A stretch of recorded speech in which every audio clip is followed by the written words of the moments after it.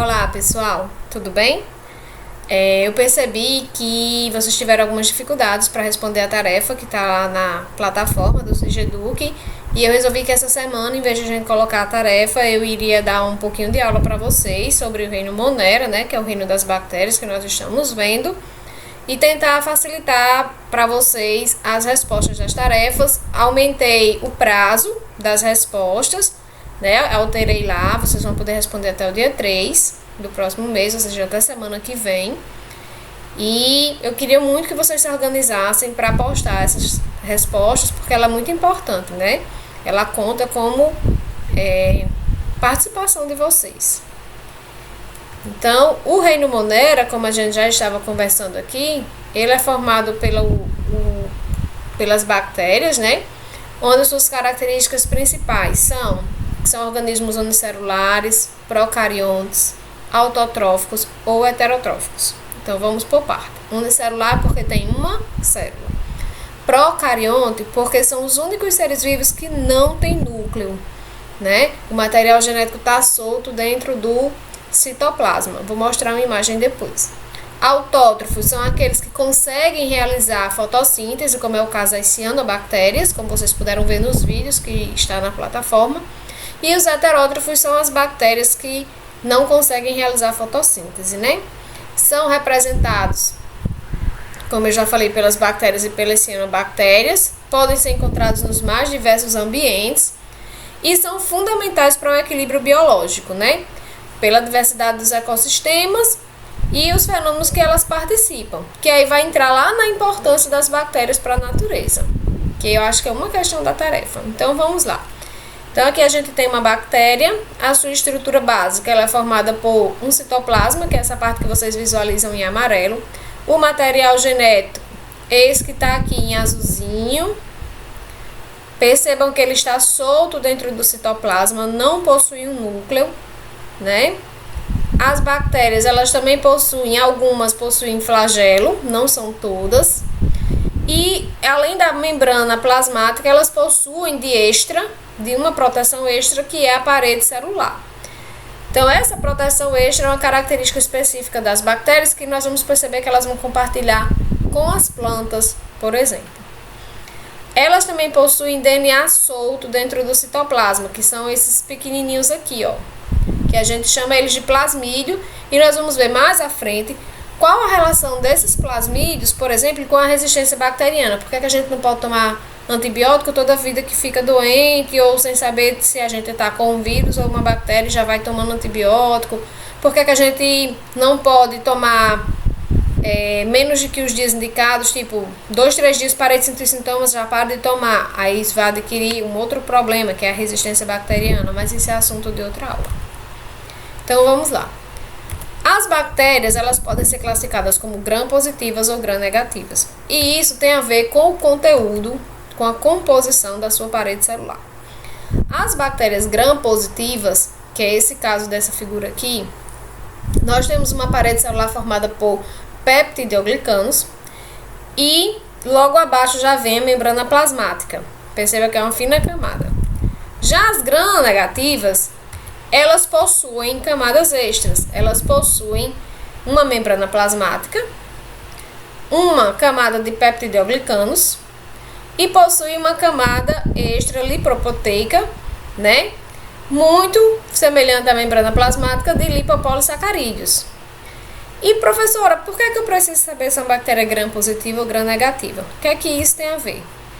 As bactérias gram-positivas, quando elas são coradas, elas ficam roxinhas. E as gram-negativas ficam rosadas. Quando é que eu sei disso? Para que eu sei disso? Quando eu estou doente, que o médico passa um antibiótico para mim, que eu não consigo ficar bom com aquele antibiótico, ele começa a suspeitar que essa medicação ela pode ter sido administrada errada. Tipo, o remédio que eu estou tomando não está servindo para o tipo de bactéria que eu tenho. Então, o que é que o médico faz? Ele coleta material, por exemplo, o escarro, como é o caso na tuberculose, e vai avaliar se as bactérias são gram-positivas ou gram-negativas, porque existem antibióticos que servem para bactérias gram-positivas, ou seja, matam bactérias gram-positivas, e outros que matam bactéria gram-negativa. Por isso que é importante saber. E também ajuda o médico a identificar qual é o tipo de bactéria que está no seu corpo. As bactérias, elas podem assumir vários formatos, que é outra coisa que ajuda os médicos a identificarem qual é a bactéria que está no meu corpo, causando uma doença em mim, por exemplo. Se elas forem redondinhas, são uma bolinha, a gente chama elas de cocos. Se elas estiverem enfileiradas como um colar de pérolas, a gente chama elas de streptococos. Se ela tiver no formato de um cacho de uva, estafilococos. No formato de uma cápsula de comprimido, a gente chama de bacilos. Perceba que algumas são flageladas. Ó. Se ela tiver enroladinha como se fosse um fio de telefone antigo, aqueles que tinha em casa, a gente chama eles de espirilo, que é o caso da bactéria da sífilis, que é uma doença sexualmente transmissível. E no formato de um grão de feijão ou de uma vírgula, a gente chama eles de vibrião. As bactérias podem se reproduzir de forma assexuada, só lembrando que a reprodução assexuada é aquela em que o indivíduo consegue se dividir sozinho. Uma bactéria pode se dividir em mais de 1000 bactérias em frações de 10, 15 minutos. E a reprodução sexuada é aquela reprodução que tem a participação do material genético masculino e feminino. Ah, professora, então existe bactéria macho e fêmea? Não, as bactérias não têm sexo ou melhor gênero, né? E como é que você diz que elas reproduzem sexuadamente? Vamos já descobrir. Na reprodução assexuada por cisparidade ou divisão binária, que é a mais comum, a gente tem uma bactéria que duplica seu material genético, se divide, membrana plasmática e parede celular se dividem em duas, tem duas bactérias filhas idênticas à bactéria mãe, e geneticamente elas são idênticas. Na conjugação, que seria a reprodução sexuada, o que é que nós temos? Duas bactérias, uma se encosta na outra, certo? Não existe nem macho nem fêmea, elas apenas se aproximam. Cria-se uma ponte citoplasmática entre elas. E o plasmídio, lembra do plasmídio que eu falei para vocês lá no outro slide?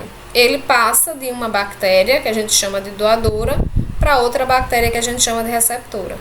O que é que eu tenho aqui então? Eu tenho mistura de material genético. Perceba que essa bactéria de baixo, ó, que só tinha o material genético em azul, agora tem o azul e o vermelho.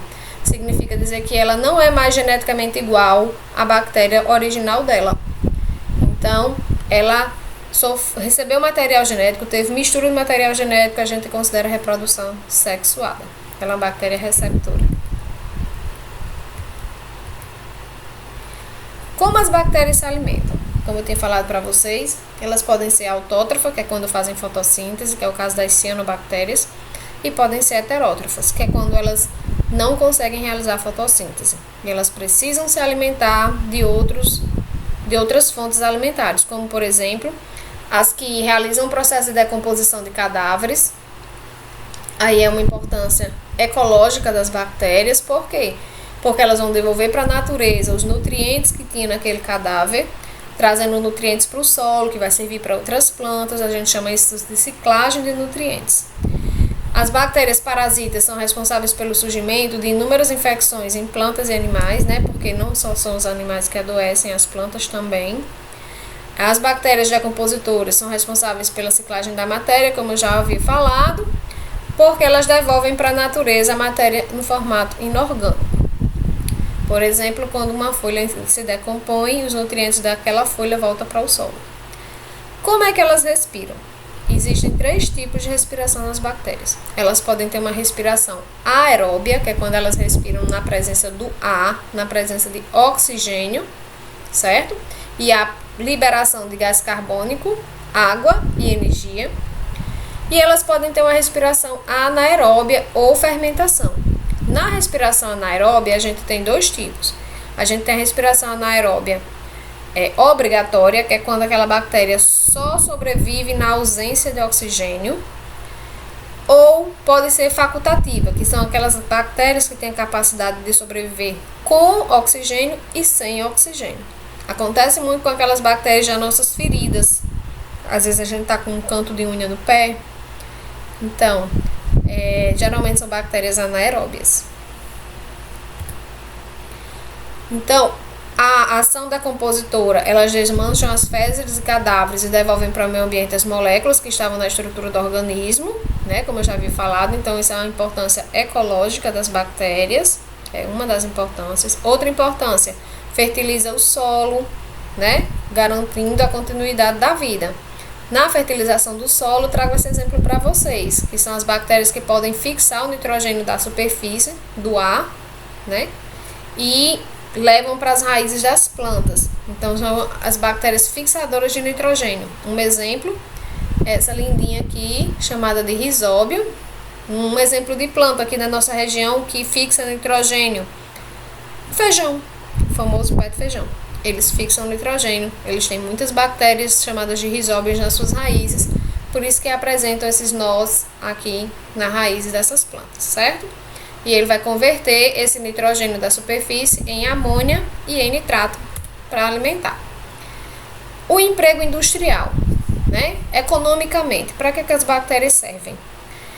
Na indústria farmacêutica, para produzir remédios, produzindo antibióticos e vitaminas. Na indústria química, na produção de acetona, a famosa acetona que vocês usam para fazer unha, né? Para tirar o esmalte da unha.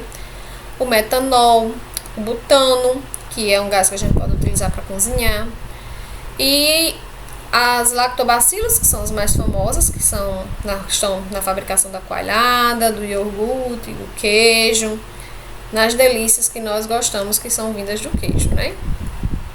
E aí nós temos na fermentação do vinho, da uva para fazer o vinho, né? Os inúmeros tipos de queijo. E quais são as doenças bacterianas? Professora, toda bactéria que tem no meu corpo faz mal? Ela é ruim? Ela é malvada? Não, gente. Nós temos uma flora oral muito importante para a proteção da nossa boca, mas nós temos bactérias boas e ruins na nossa boca. Então, por isso que a gente precisa escovar o dente para eliminar as ruins. No nosso estômago, nós também temos muitas bactérias que são boas, que ajudam a fixar as vitaminas, os nutrientes, e ajudam também a manter o equilíbrio da flora intestinal. Por isso que quando a gente está com desequilíbrio na flora intestinal, a gente tem aquela famosa diarreia, tá? Então, entre as doenças bacterianas, nós vamos perceber que as bactérias, elas vivem no nosso corpo em determinados pontos. A gente tem em azul os pontos que se proliferam em ambientes oleosos, em vermelho os ambientes secos, e o verdinho aqui a gente tem os que se proliferam em ambientes úmidos. Então, as nossas principais regiões de proliferação de bactérias vai ser atrás da orelha, por isso que é importante lavar bem, na região da nuca, porque sua muito e as bactérias gostam de ambiente úmido, né? Naquela curvinha que tem aqui atrás das costas, na região do cóccix, no famoso cofrinho, na nádega, né? Atrás do joelho e na famosa sola do pé.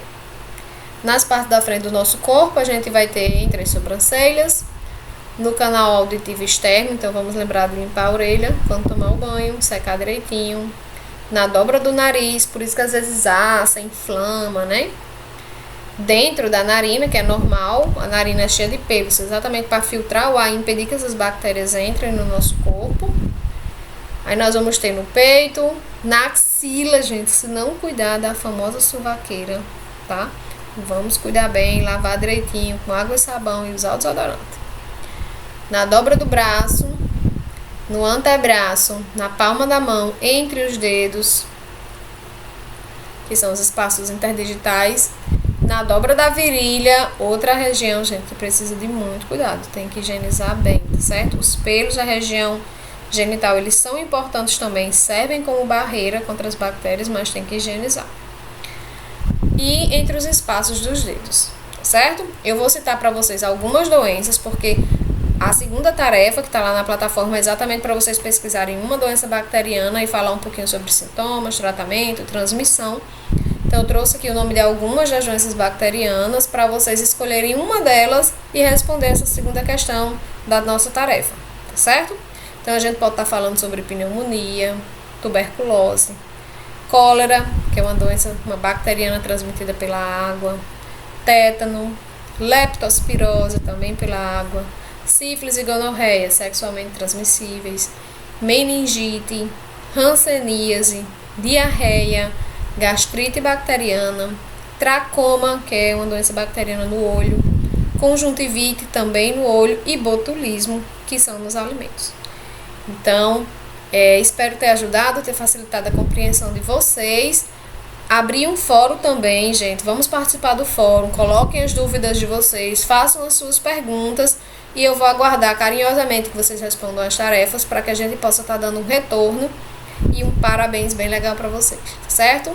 Beijo e até a próxima aula.